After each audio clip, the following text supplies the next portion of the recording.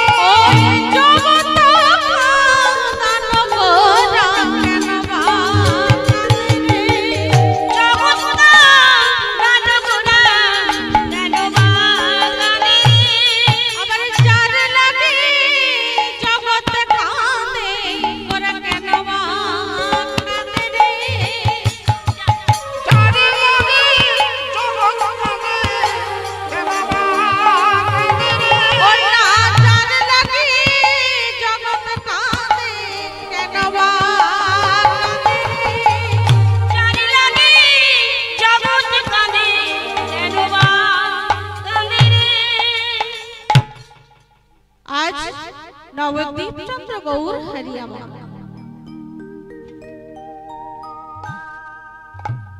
आज गौर सुंदर हमारे नवद्वीपे अवतीर्ण হয়েছে কেন গো আজ গৌর হরিয়ামা কেন নদিয়ায় এসেছে না কলিহত চিপকে উদ্ধার করিবার লাগে এই কলির পাপী তাপীকে উদ্ধার করবার লাগে प्रभु আমার যুগে যুগে অবতার হয়ে এসেছে পরিত্রাণায় সাধু বিনাশায় চ দুষ্কৃতা ধর্ম সংস্থাপনার্থায় সম্ভবামি যুগে যুগে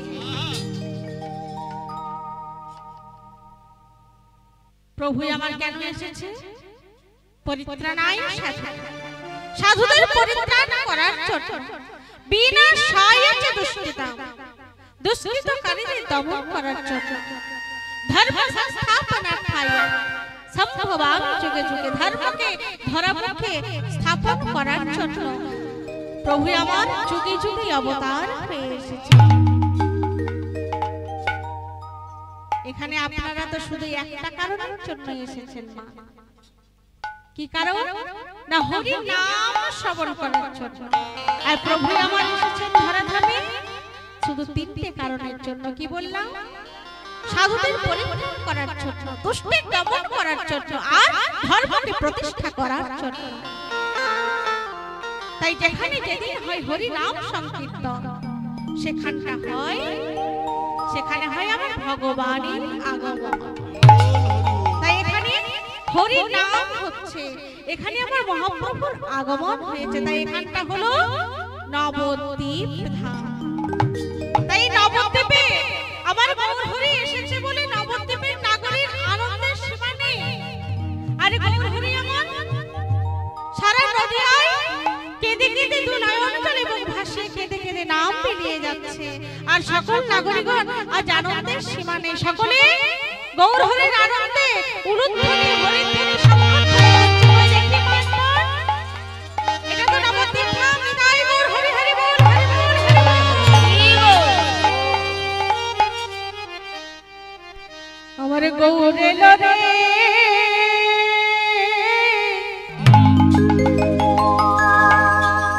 ওই নাই আমার সোনা নদিয়া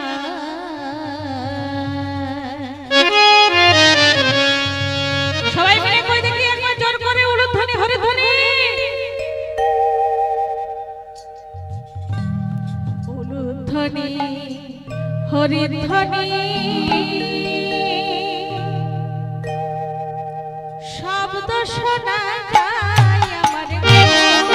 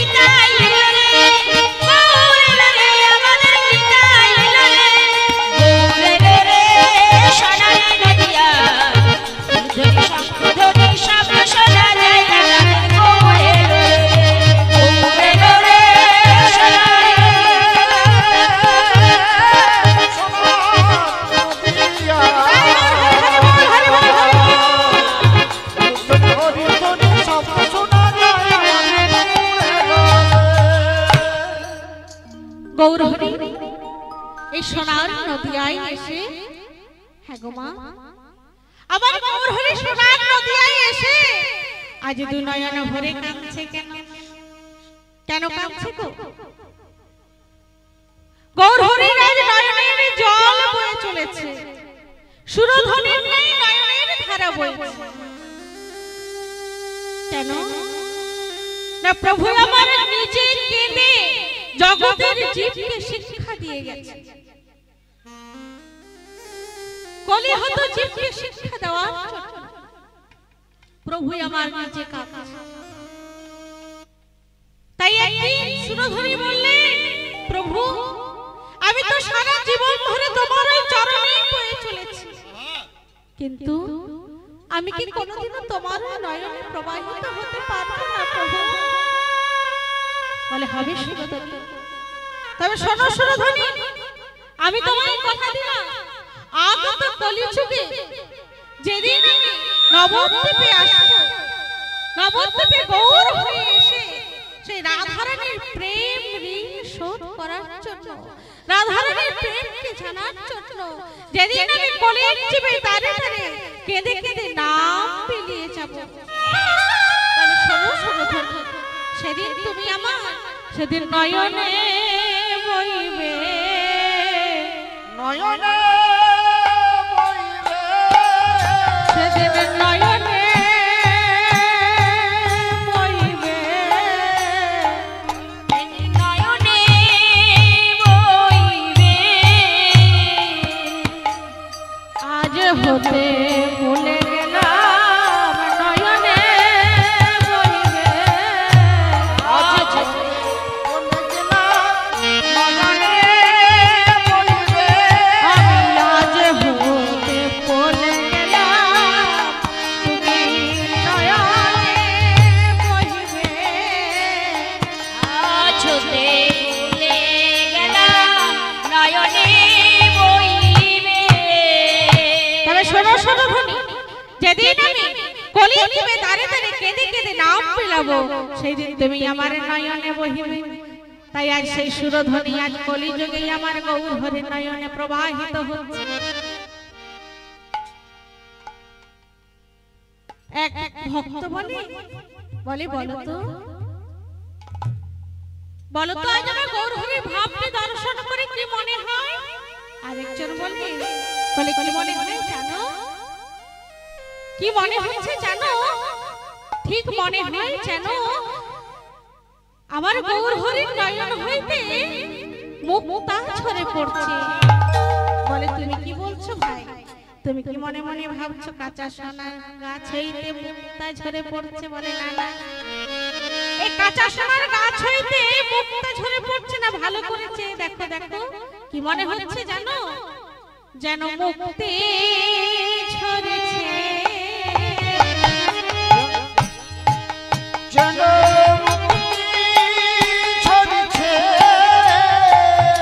আমার জীবে মুক্তি দেবার লাগে মুক্তি ঝরেছে, জীবে মুক্তি তোর লাগে মুক্তি ঝরেছে, ও যে জীবে মুক্তি দেবার লাগে মুক্তি ঝরেছে, জীবন মুক্তি দেবার লাগে মুক্তি ঝরেছে। বলে কলির জীবে মুক্তি দেবার জন্য আজ আমার মুক্তি যেন ঝরে পড়েছে। জো হইল মনের দুঃখ কি বলে বোকা, বৃন্দাবনে হইছে আমার জীবন জোড়া, এই রূপে উদ্ধারে আমার যতন রাধা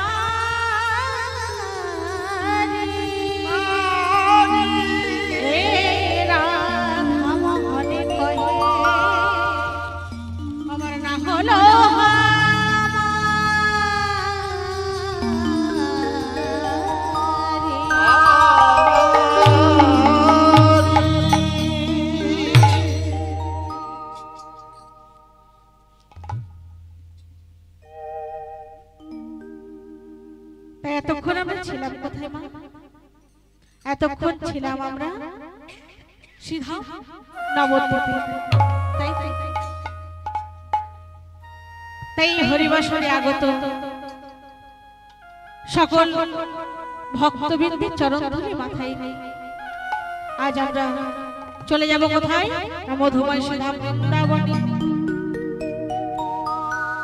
তাই হ্যাঁ গো বাবা, আপনাদের মতো ভক্তির আগমন হয়েছে, তাই সকল ভক্তগণ কিঞ্চিত কিঞ্চিত চরণ ধুলি আমায় দিন। এই চরণ ধুলি মস্তকে নিয়ে আজ আমরা চলে যাব বৃন্দাবনে। তা হ্যাঁ গো বলুন তো ও মা, এই পৃথিবীতে সব থেকে বড় কি? সব থেকে বড় কে গো? কিছু বৈষ্ণব ভক্ত স্নান করছে, একজন জিজ্ঞাসা করছে, বলে আচ্ছা বলো তো এই পৃথিবীতে সব থেকে বড় কি? বলে কেন? এই পৃথিবীতে সব থেকে বড় হলো অনন্তনাগ। অনন্তনাগ এই ধরাকে ধারণ করে রেখেছে। বলে না না না ভাই, তোমার কথা আমি মানতে পারলাম না। এই পৃথিবীতে সব থেকে বড় কে জানো? দেবাদিদেব মহাদেব। কারণ দেবাদিদেব মহাদেব অনন্তনাগকে গলায় ধারণ করে রেখেছে। বলে না ভাই, একজন বলে না ভাই তোমার কথা আমি মানতে পারলাম না। এই পৃথিবীতে সব থেকে বড় হলো লঙ্কেশ্বর রাবণ। সে দেবাদিদেব মহাদেবকে মস্তকে ধারণ করে নিয়ে গিয়েছে। বলে না, আরেক ভক্ত বলে না না তোমার কথা তো আমি মানতে পারলাম না। এই পৃথিবীতে সব থেকে বড় কে জানো? এই পৃথিবীতে সব থেকে বড় হলো আমাদের রঘুপতি রাম, যে কিনা লঙ্কেশ্বর রাবণকে বধ করেছিল। তাই চলো আমরা সবাই মিলে রাম নাম করে রঘুপতি রাঘব রাজা রাম পতিত পাবন সীতারাম। পতিত পাবন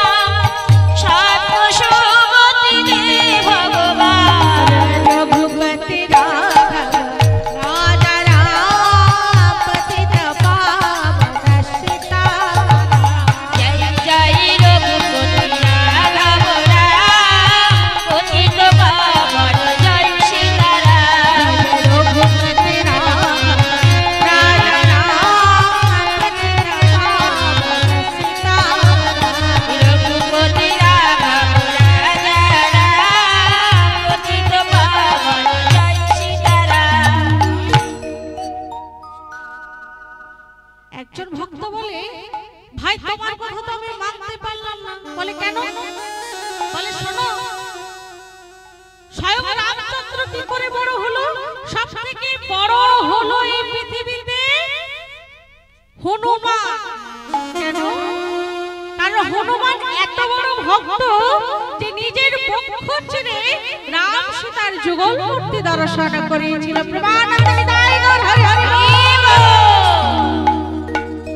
তাই হনুমানের মতো বড় ভক্ত আর কিছু হতে পারে না। তাই কি বলছে? ভক্ত হলো বড়, ভক্তের আগে কিছু নয়। তাই আপনাদের মতো ভক্তের কিঞ্চিত কিঞ্চিত চরণ ধুলি আমায় দিন। আপনাদের চরণ ধুলি নিয়ে চলে যাব মধুময় শ্রীধাম বৃন্দাবনে। তাই চলুন আজ আমরা চলে যাই ধীরে ধীরে বৃন্দাবনে। সবাই মিলে দু বাহু তুলে বলুন তো, বৃন্দাবনে কি নাম হয়? ও মা, ঠান্ডা লাগছে? ঠান্ডার ভয়ে হাতগুলো চাদরের নিচে রাখলে তো হবে না, বলো। দুটো বাহু তুলে সবাইকে নাম করতে হবে। আমাকে ফাঁকি দিলে হবে? আমাকে ফাঁকি দিয়ে কোনো লাভ নেই। আমি হয়তো সবাইকে দেখতে না পেলেও এই যে যিনি বসে আছেন আমার গোবিন্দ, তিনি কিন্তু সবাইকে লক্ষ্য রেখেছেন। তার চোখে ফাঁকি দেওয়া যাবে না। তা কই দেখি কাদের হাত আছে? যাদের হাত আছে তারা একবার হাত তুলুন তো। যাদের হাত নেই তাদের হাত তোলা দরকার নেই। দেখি দেখি কাদের হাত আছে। এই তো সবার হাত আছে। সবাই মিলে বলুন তো, বৃন্দাবনে কি নাম হয়? রাধে রাধে। প্রেম সে বলো রাধে রাধে। রাধে রাধে। রাধে কৃষ্ণ বলে দুটি বাহু তুলে চলো না যায় বৃন্দাবনে। রাধে কৃষ্ণ বলে দুটি বাহু তুলে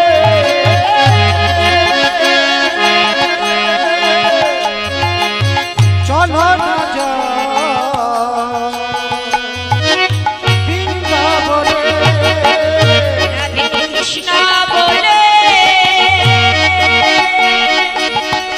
দুটি বাহু তুলে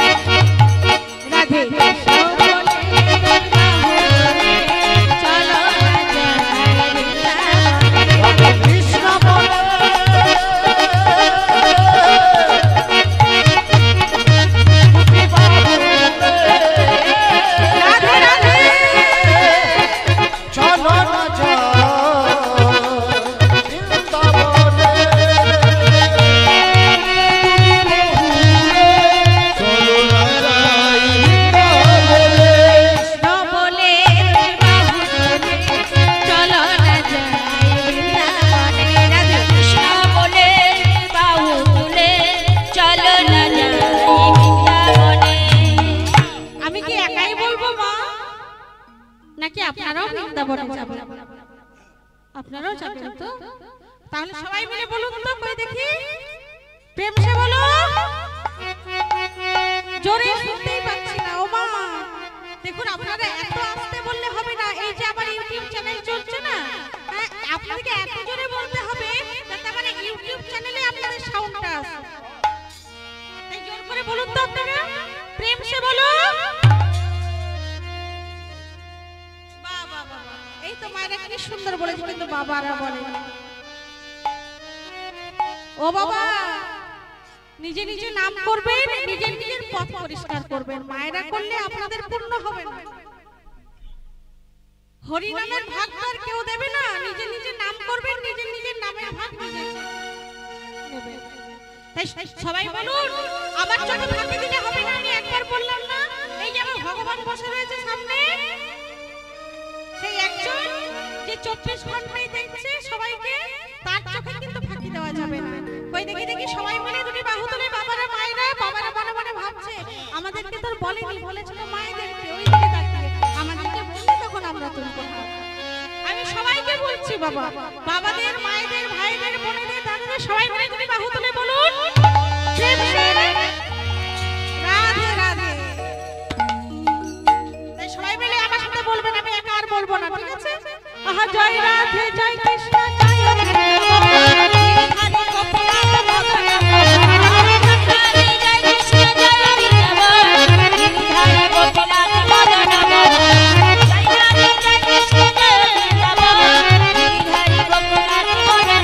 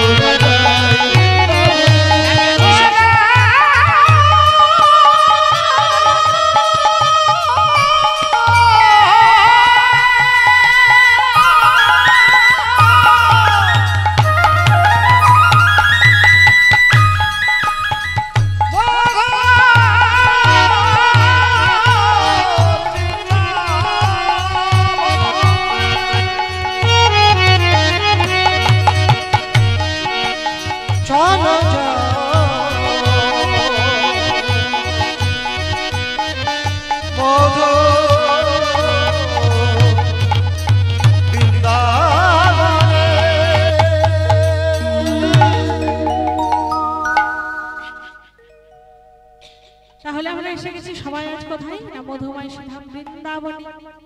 আর আজকে দিনটা কি মা? আজকে দিনটা হলো একাদশী। কি একাদশী? উত্থান একাদশী। এই উত্থান একাদশীটা কি দিনে হয়? না কার্তিক মাসের শুক্লপক্ষ।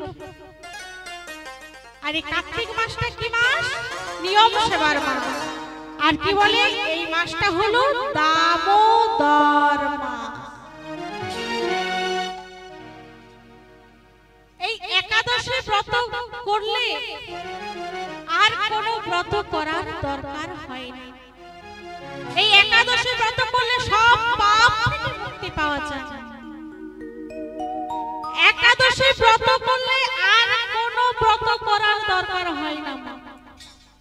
এই একাদশী ব্রত করলে ব্রহ্মা নারদকে বলেছিলেন যে এই একাদশী ব্রত পালন যদি কেউ ঠিকমতো করতে পারে, এই উত্থান একাদশী, একাদশী শুরু করতে হলে যারা নতুন করে ধরে তাদেরকে উত্থান থেকেই শুরু করতে হয়। ভগবান এতদিন শয়ন করেছিলেন শয়ন একাদশীতে, এই আজকের দিনে উত্থান একাদশীতে ভগবান আমার শয়ন থেকে উঠেছে। তাই একাদশী যদি কেউ একভাবে করে ঠিক নিয়ম মেনে, তাহলে তাকে আর কোনো ব্রত করতে হয় না, সব পাপ থেকে মুক্তি পাওয়া যায়। তারপরে আমার কার্তিক মাস, যেটা কিনা দামোদর মাস। আর এই দামোদর মাসের একটা নিয়ম আছে বাবা, বাবা এই দামোদর মাসে একটা নিয়ম আছে, মায়েদেরও বলছি। এই দামোদর মাসে কি করতে হয় না, দামোদর মাসে আমার ভগবানকে দীপ দান করতে হয়। তা আপনারা করেছেন এখনো পর্যন্ত? মাস তো প্রায় শেষ হতে গেল। এই কার্তিক মাসে কেউ দীপ দান করেছেন? ওই দিনে হাত তুলুন তো, কারা কারা দীপ দান করেছেন ভগবানকে? ও মা, সে কি গো, আপনাদের এখানে কেউ দীপ দান করেনি? আর কটা দিন আছে মা, আপনারা যদি করেননি তাহলে দীপ দান করবেন অবশ্যই। এই কার্তিক মাসের দিনে যদি ভগবানকে দীপ দান করা হয় তাহলে কি হয় না, আমাদের যারা সাত পুরুষ যারা নরকগামী হয়েছে সবাই তো আর পুণ্যবান নয়, আর সবাই পুণ্য করে যায়নি। তাহলে কেউ কেউ যারা নরকগামী হয়েছে তারা সে নরক থেকে বৈকুণ্ঠগামী হবে। তাই বল হরি বল। এই কার্তিক মাসের দিনে দীপ দান করবেন, কিভাবে করবেন মা? সেটা সরষের তেলের, সরষের তেল দিয়ে দীপ দান করবেন। আমরা তো গ্রাম বাংলার মা, কি গো, আমরা গ্রাম বাংলার মানুষ, তা প্রদীপ এত কিনবার কি দরকার আছে বাজার থেকে? আমাদের গ্রামে কত কাদা মাটি আছে, কাদা মাটি দিয়ে আমরা মাটির প্রদীপ তৈরি করে নিতে পারি। সেই মাটির প্রদীপে ঘি অথবা তিলের তেল, ঘি দেবেন, তা না হলে তিলের তেল দেবেন, সরষের তেল দেবেন। সেই তেল দিয়ে, তিলের তেল কিংবা ঘি দিয়ে ভগবানকে দীপ দান করবেন। চরণে 4 বার, নাভি মূলে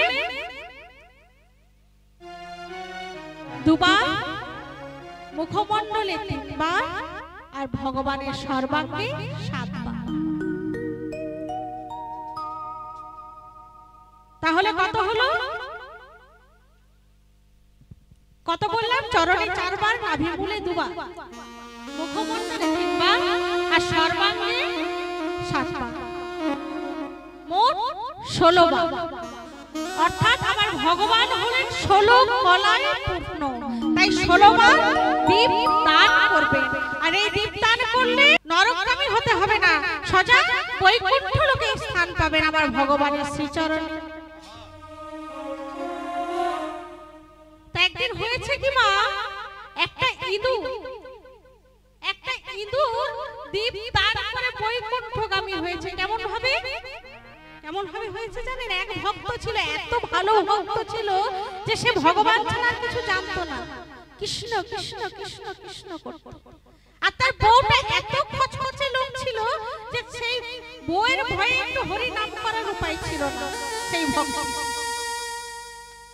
ভক্ত যদি একটু হরি নাম করত, কৃষ্ণ নাম করত, তার বউটা এত খচখচ করত, শুধু সবসময় কৃষ্ণ কৃষ্ণ কৃষ্ণ কৃষ্ণ কৃষ্ণ কৃষ্ণ, ঘরে চাল নেই, ডাল নেই, নুন নেই, তেল নেই, হলুদ নেই, আর শুধু মুখে কৃষ্ণ কৃষ্ণ কৃষ্ণ কৃষ্ণ। বলে কৃষ্ণ কি তোমায় খাইয়ে দিয়ে যাবে? কর্ম করতে হবে তো নাকি? সেই বাবা আমার বউয়ের ভয়ে একটু নাম করতে পারে না, মনে মনে ভাবছে তাই তো, এই তো কার্তিক মাস আসছে, এবার আমি বউয়ের কাছে যদি ঘরে বসে আমি দীপ দান করি তাহলে তো বউ খচখচ খচখচ করবে, পিছনে ঝগড়াঝাটি করবে, তাহলে তো আর আমার দীপ দান হবে না। সেই ব্যক্তি করলো কি, গঙ্গার ঘাটে গিয়ে গঙ্গার মাটি দিয়ে একটা মন্দির ছোট করে আর তাতে একটা তুলসী বৃক্ষ রোপণ করে দিলেন। আর রোপণ করে গঙ্গা মাটি দিয়ে প্রদীপ তৈরি করে সেই মাটির প্রদীপে ঘির বাতি দিয়ে প্রতিদিন ভগবানের চরণে দীপ দান করে আর বাড়ি চলে যায়।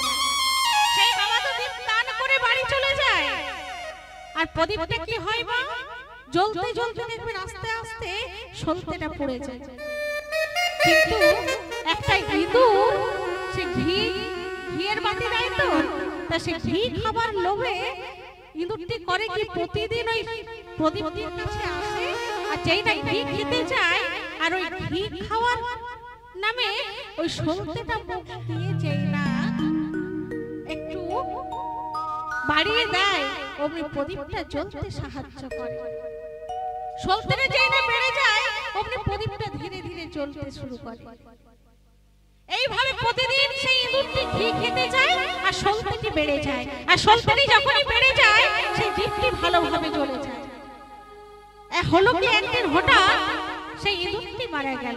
ইঁদুরটি মারা যাওয়ার সাথে সাথে কোথায় গেল না সোজা বৈকুণ্ঠ লোক আমার ভগবানের শ্রীচরণ। সকলে বলে প্রভু আচ্ছা এই ইঁদুর আপনার এই ইঁদুরটা বৈকুণ্ঠ লোকে এলো কি করে? এ তো কখনো ভালো কাজ করে না। এর কাজ হলো এর বাড়িতে আটার বস্তা কাটবো, কার বাড়িতে চালের বস্তা কাটবো, কার বাড়িতে মুড়ির বস্তা কাটবো, কার বাড়িতে নতুন জামা কাপড় কাটবো। এই খারাপ কাজ ছাড়া ভালো কাজ জীবনে কখনো করে না। প্রভু আজ ইঁদুরটা কি করে এই বৈকুণ্ঠগামী হলো? বলে শোনো এই ইঁদুরটা কার্তিক মাসে 1 মাস আমার চরণে দীপ দান করেছিল, তাই তো এই ইঁদুরটা নরকে না গিয়ে বৈকুণ্ঠগামী হলো। প্রভু এই ইঁদুরটা কি আপনার দীপ দান করতে যেত? ইঁদুরটা তো ঘি খেতে যেত, আর ঘি খেতে গিয়ে সংখ্যাটা বেড়ে যেত। তা যাই হোক ইঁদুরটা ঘি খেতেই যাক আর যাই যাক, ইঁদুরটা তো সংখ্যাটা বাড়িয়ে দিত বলেই তো প্রদীপটা জ্বলতো, প্রদীপটা জ্বলতে সাহায্য করত। তাই ইঁদুরটা সেই 1 মাস সেই প্রদীপটা জ্বলতে সাহায্য করেছিল প্রতিদিন। তাই তো ইঁদুরটা এই কার্তিক মাসের দিনে করেছিল বলে আজ সে নরকগামী না হয়ে আজ বৈকুণ্ঠগামী হয়েছে। তাই মোর হরি বল হরি বল। তাই কার্তিক মাসের দিনে যদি কেউ আবার ভগবানকে দীপ দান করে তাকে আর নরকগামী হতে হয় না, তার 7 পুরুষ বৈকুণ্ঠগামী হয়। দামোদর দামোদর দামোদর শব্দের অর্থ কি? দাম শব্দের অর্থ হলো রজ্জু বা দড়ি, আর উদর শব্দের অর্থ হলো পেট।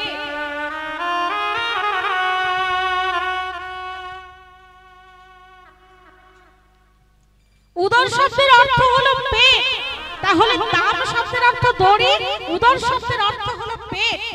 মাতা যশোমতী ভগবানকে এই কার্তিক মাসে পেটে দড়ি দিয়ে বেঁধে রেখেছিল। দেখবেন একটা ছবি আছে না, মাতা যশোদা গোপালকে দড়ি দিয়ে বাঁধছে। গোপাল খুব দুষ্টু বদমাশি করে, তো তাই দুষ্টুমি করে বলে মাতা যশোমতী গোপালের কোমরে দড়ি দিয়ে বেঁধে রেখেছিল। সেটা এই কার্তিক মাসের দিনে বেঁধেছিল দড়ি দিয়ে। দাম শব্দের অর্থ হলো দড়ি, আর উদর শব্দের অর্থ হলো পেট। মাতা যশোমতী দড়ি দিয়ে পেটে গোপালকে বেঁধেছিল, তাই তো এই মাসটা গোপালের খুব প্রিয়। তাই এই দামোদর মাসে দীপ দান করবেন। আর ভগবানকে আমার মাতা যশোমতী দড়ি দিয়ে বেঁধেছিল গো মা। মাতা যশোমতীর মতো তো আর আমরা ভক্ত হতে পারবো না। মাতা যশোমতী এত বড় ভাগ্যবতী জননী যে গোপালকে সন্তান রূপে কোলে পেয়েছিল, আবার ভগবানকে রজ্জু দিয়ে বেঁধেছিল।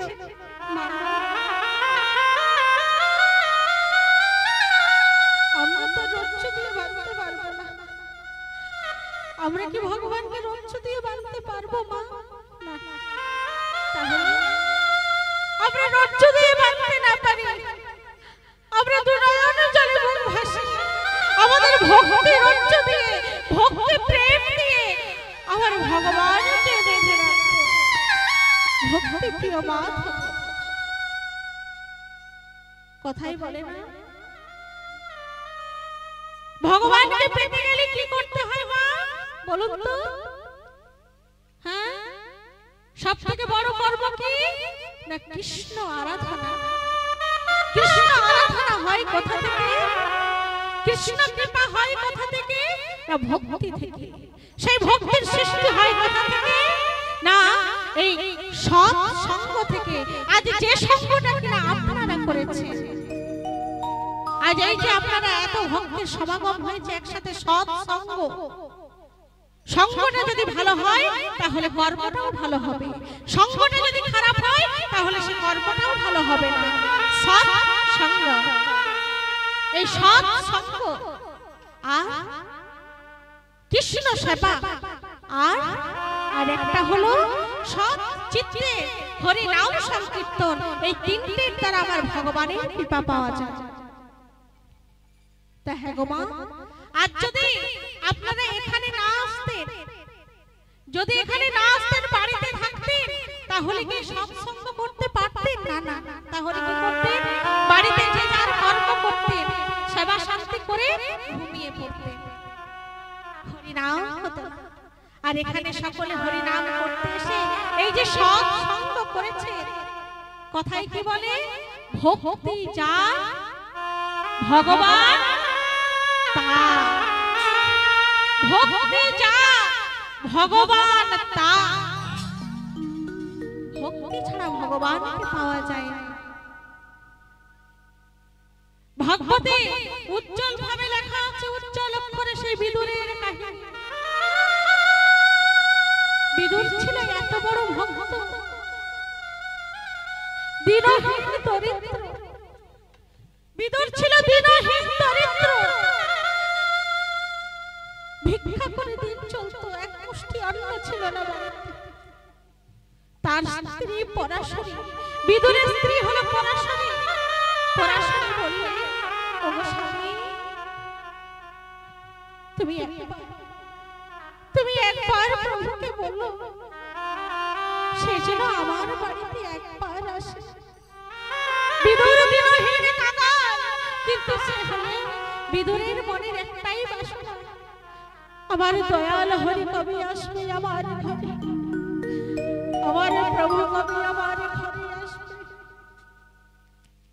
পরাশরী বলে, ওগো স্বামী, তুমি কি আমার ভগবানকে একবার বলতে পারো না যে সে যেন আমার বাড়িতে একবার আসে? বিদুর একদিন ভগবানকে বললেন, প্রভু প্রভু, আমার পরাশরীর যে মনের বড় সাধ, আমার পরাশরীর যে মনের বড় ইচ্ছে, তুমি একবার আমার বাড়িতে এসো প্রভু। ভগবান বললেন, বিদু, আমি যাব না, আমি যাব না তোমার বাড়িতে, আমি যাব না, আমি যাব না তোমার বাড়িতে। মাগো, ভগবান যদি কোনো ভক্তকে বলে আমি যাব না তোমার বাড়িতে, সেই ভক্তের অন্তরটা কি হয় বলুন তো? সেই ভক্তের অন্তরটা কি হয়? বিদুরের কাঁদতে কাঁদতে পরাশরীর কাছে এসে বলে, পরাশরী, আমার কি মনে হয় জানো পরাশরী, আমরা মনে হয় প্রভুকে সে ডাকার মতো ডাকতে পারিনি, আমাদের ডাকাটা মনে হয় ঠিক হয়নি, আমরা ডাকতে পারিনি পরাশরী। প্রভু বলেছে সে তোমার ঘরে আসবে না, সে আসবে না পরাশরী। পরাশরী বলে, স্বামী কেঁদো না, কেঁদো না স্বামী, যদি সত্যই আমরা তার ভক্ত হয়ে থাকি, যদি সত্যই আমরা তাকে আকল বদনে ডেকে থাকি, একদিন না একদিন আমার ভগবানকে আসতেই হবে, আসতেই হবে, আসতেই হবে। এইভাবে চোখের চলে দিন যায়, মাস যায়, বছর যায়। পরাশরী বড় সাধ করে একটা কলা গাছ রোপণ করেছে, একটা কলা গাছ লাগিয়ে, সেই কলা গাছে একটা কলা ধরেছে। পরাশরী মনে মনে ভাবছে, আমাদের একটু ভিক্ষে করে দিন যায়, তা যে গাছে কলা ধরেছে, এই সময় যদি আমার ভগবানটা একবার আসতো আমার ঘরে, যদি আমার ভগবান একবার আসতো, তাহলে গাছের কলা দিয়ে আমি ভগবানের সেবা দিতাম। ভগবান গাছের কলা শেষ হয়ে এলো, যখন সব শেষ, তখন আমার ভগবান এসেছে। দেখবেন যখন বাড়িতে কিছু থাকে না, তখন আমার ভগবান আসে। যখন গাছের কলা শেষ হয়ে ভগবান এসে ডাক দেয়, বলে, পরাশরী, পরাশরী। কে কে কে কে আমার ডাকছে? পরাশরী বাইরে এসে দেখে, প্রভু প্রভু গো, তোমার এতদিনে আসার সময় হলো প্রভু, প্রভু, তোমার কি এতদিনে আমার কথা মনে হলো? তোমায় কত ডেকেছি প্রভু, তোমায় কত ডেকেছি, তুমি আসো না। আজ তোমার সময় হয়েছে প্রভু। প্রভু, আজ ভগবান এসেছে, ভগবান এসেছে বিদুরের ঘরে। আবার ভগবান রাজ ঐশ্বর্য চাই না, আবার ভগবান মনটা মিঠাই দিতে চাই না। ভগবানকে বড় বড় কলা, মন্ডা, আপেল, বড় বড় ফল দিলে ভগবান গ্রহণ করে না। দামি দামি মিষ্টি মিষ্টান্ন দিলেও গ্রহণ করে না। প্রভু আমার শুধু ভক্তির বিনয়নে ভরা, ভক্তি প্রেম এটুকু গ্রহণ করে। আজ পরাশরী মনে মনে ভাবছে, আমার ভগবান এসেছে, তাই তো কোথায় দেব, কোথায় বসতে দেব, কোথায় বসতে দেব? না না না, কোথায় বসতে দেব প্রভুকে? প্রভু দাঁড়িয়ে আছে, না কি সেবা দেব? আমার প্রভু এসেছে, প্রভুকে কি সেবা দেব? আমার ঘরে কি একটাও কলা নেই? আমার ঘরে কি একটাও কলা নেই? প্রভু, তোমাকে সেবা দেওয়ার মতো কি আমার ঘরে একটাও কলা নেই প্রভু? দেখি একটা কলা রয়েছে, তাও আবার পচে গেছে, শুকিয়ে গেছে। সেই কলাটা নিয়ে এসে পড়াশোনা করেছি, সেই কলাটা নিয়ে এসে আমার ভগবানের বদনে পানে চেয়ে আছে, ভগবানের বদনে পানে চেয়ে আর কলাটা ছাড়াচ্ছে, কলাটা ছাড়িয়ে শ্বাসটা ফেলে দিচ্ছে, আর কলার খোসাটা আমার ভগবানের বদনে তুলে দিচ্ছে। ভগবানের অন্তরে এত অনুরাগ, ভগবান আবার সেই কলার খোসা আনন্দ ভরে ভোজন করছে। আর বিদুর গেছে গঙ্গা স্নান করতে। এক গ্রামবাসী ছুটতে ছুটতে বিদুরের কাছে গিয়ে বলে, বিদুর, তোমার বাড়িতে ভগবান এসেছে। ভগবান? বিদুর সেই এক বক্ষ জলে নেমে স্নান করছে, যেই না স্নান করে পরিধানের বসনটি জলে দাঁড়িয়ে নিংড়াচ্ছে, সেই বসনখানা নিংড়াতে নিংড়াতে বসনখানা পরিধান করতে ভুলে গেছে। সেই বসনটি হাতে ধরে ছুটতে ছুটতে ছুটতে ছুটতে ঘরে এসেছে। এসে দেখে কি পরাশরী ভগবানের বদনে কলার খোসা তুলে দিচ্ছে আর শ্বাসটা ফেলে দিয়েছে। পরাশরী, তুমি কি পাগল হয়ে গেছো? পরাশরী, তোমার কি মাথা খারাপ হয়ে গেছে? তুমি আমার ভগবানকে কলার খোসা দিচ্ছ, কলার শ্বাস ফেলে দিয়ে। পরাশরী বলে, স্বামী, আমার তো না হয় মাথা খারাপ হয়ে গেছে, কিন্তু তুমি নিজের দিকে তাকিয়ে দেখো, তুমি নিজের দিকে ভালো করে তাকিয়ে দেখো। পরিধানের বসনখানা অঙ্গে নিয়ে হাতে ধরে আছে, সঙ্গে সঙ্গে সেই পরিধানের বসনটি অঙ্গে ধারণ করে বিদুর ভগবানের চরণ দুটি ধরেছে। বলে, প্রভু, প্রভু, তোমার এতদিন সময় হলো প্রভু, প্রভু তোমার কাছে আর কিছু চাই না, শুধু এইভাবে তোমার চরণ ছাড়া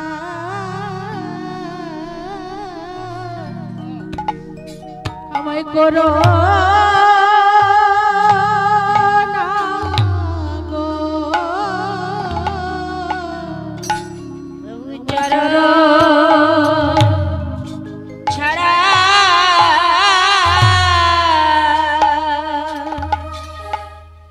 করো না গো। আমায় চরণ ছাড়া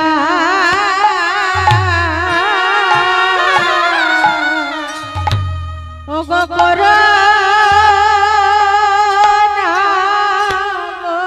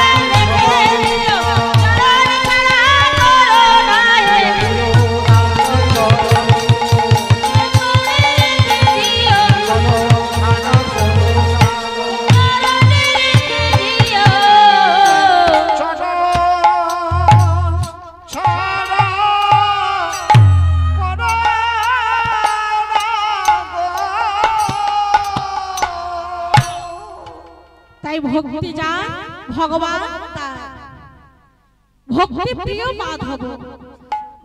প্রভু আমার হলে ভক্তাদি ভগবান। তাই ভক্তি ভরে ভগবানকে যে রাখতে পারবে, ভগবান আমার তাকেই কৃপা করে। প্রেমানন্দ নিতাই গৌর হরি হরি বল, হরি বল, হরি বল।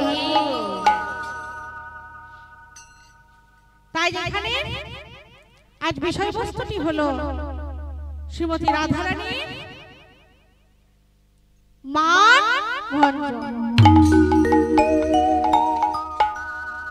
একজন নায়ক আর একজন নায়িকা। ওবা ভালো করে শুনবেন গো।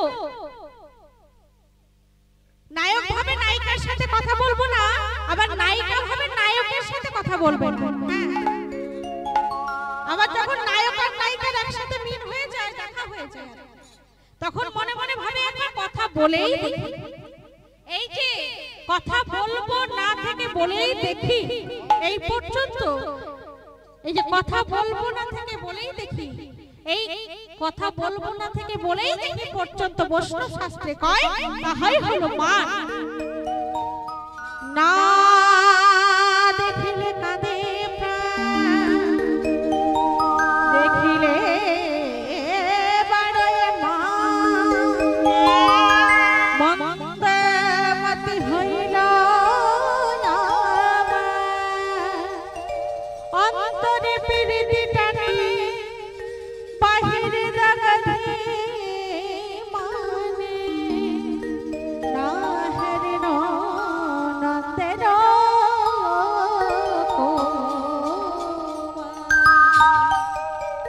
বলছেন না দেখিলে প্রাণ কেঁদে ওঠে, আবার যখন দেখা হয় তখন মান বেড়ে যায়।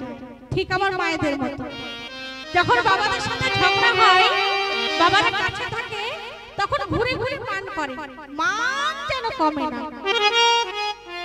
আবার যখন দূরে চলে যায়, তখন কাছে পাওয়ার জন্য মনটা আকুল হয়ে ওঠে। ঠিক সেরকম এই মানের হলো 8 প্রকার নায়িকা: অভিষেকা, বাসক সজ্জা, বিপ্রলব্ধা, প্রসিদ্ধ ভর্তিকা, সাধন ভর্তিকা, উৎকণ্ঠিতা, খণ্ডিতা আর কলহন্তরিতা। যা শেখনঙ্গ পুরা পাদপতি পল্লবারোষ নিরশ পশ্চাৎপতি কলহন্তরিতা।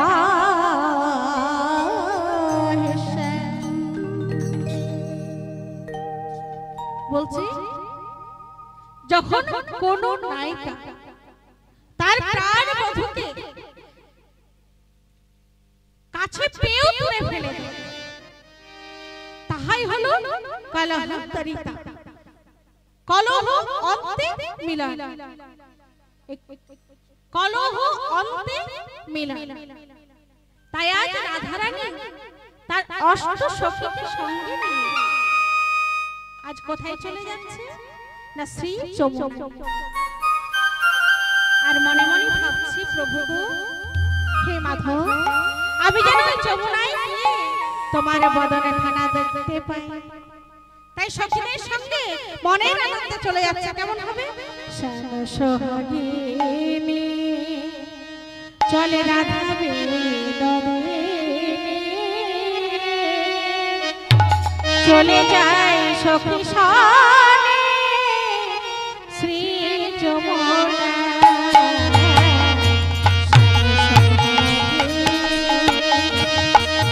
চলে রাধা বিনোদিনী, চলে যায় সখী সনে শ্রী যমুনা।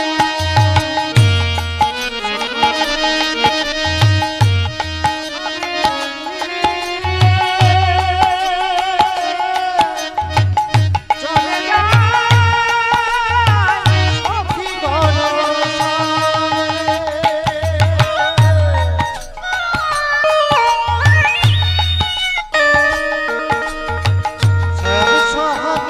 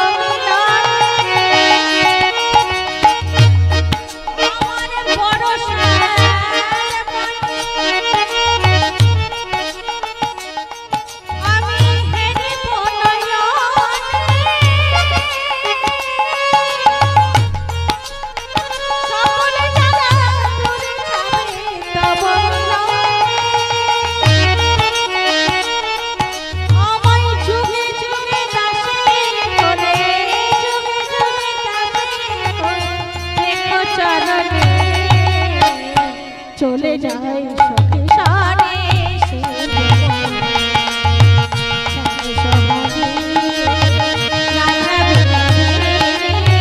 চলে যায় সখী সারে সে চলে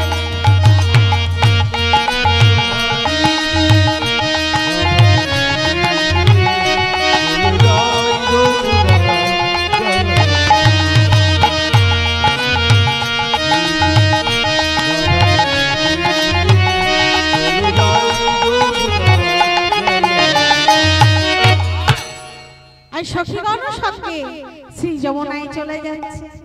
আর গোবিন্দ করেছে কি সকল সখাগণকে সঙ্গে লয়ে আজ উত্তর কষ্ট হইতে ঘরে ফিরছে।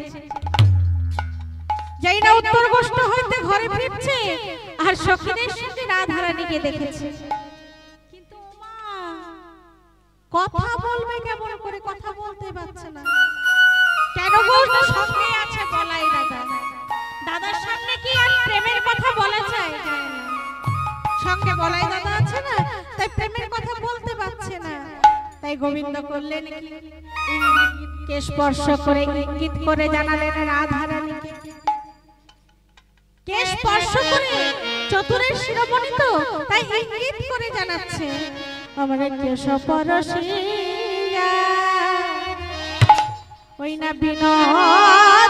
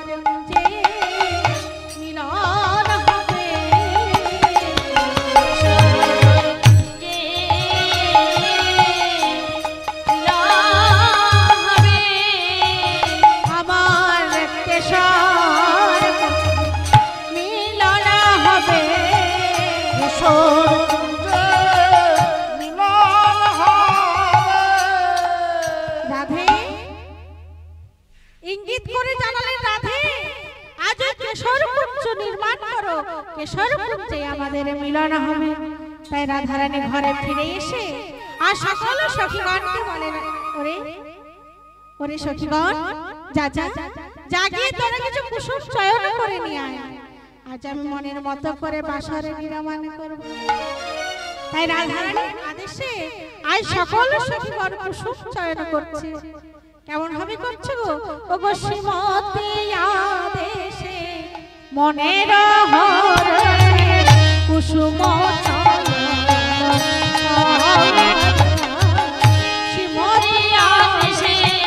মনের হরষে চয়ন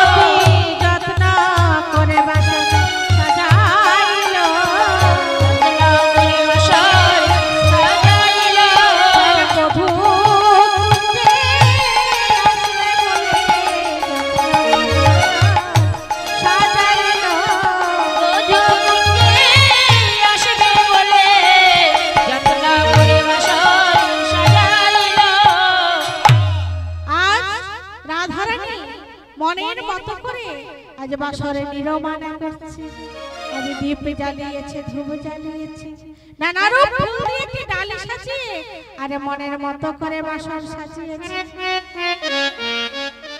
কেন না প্রাণ বধূ কুঞ্জে আসবে বলে আজ মনের মতো করে বাসর সাজিয়ে পতি পত্রে বিচলিতা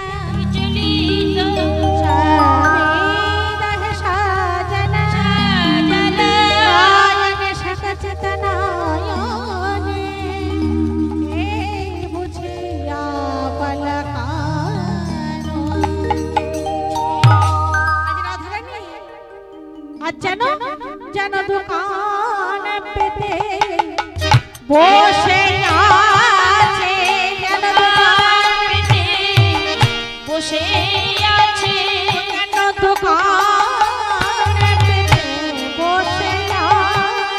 দোকান পেতে বসে আছে। ওই না প্রাণ বধূ আসবে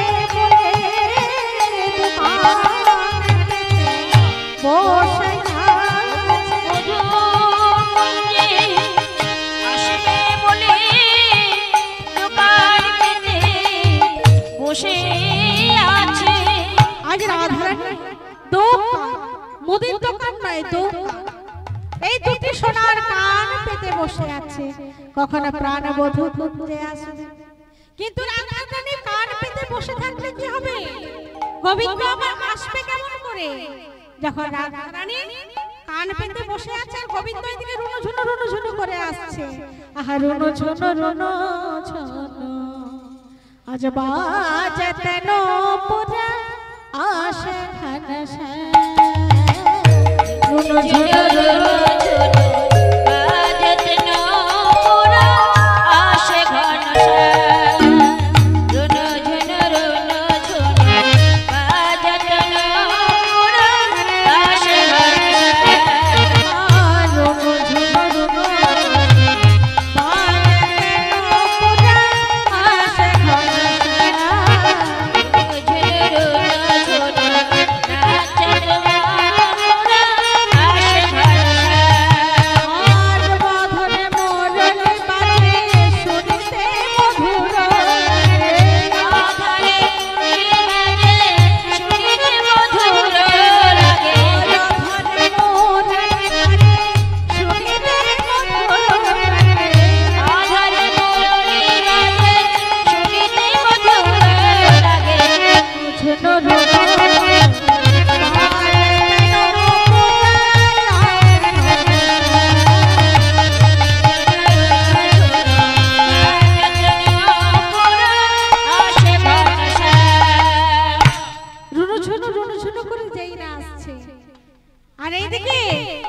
চন্দ্রাবলীর সখী দাসী পদ্মা ছুটতে ছুটতে চন্দ্রাবলীর কাছে গিয়েছে। এই চন্দ্রা, চন্দ্রা, আরে কি হয়েছে? আয় আয় দেখে যা, কি হয়েছে রে পদ্মা? কি হয়েছে জানিস? আয় দেখে যা। আমাদের প্রাণ গোবিন্দ কেমন রুনু ঝুনু করে নৃত্য করতে করতে চলে যায়। চন্দ্রাবলী করেছে কি রাশি পদ্মাকে সঙ্গে নিয়ে এসে আর পথের মধ্যে বাহুরোধ করে দাঁড়িয়েছে।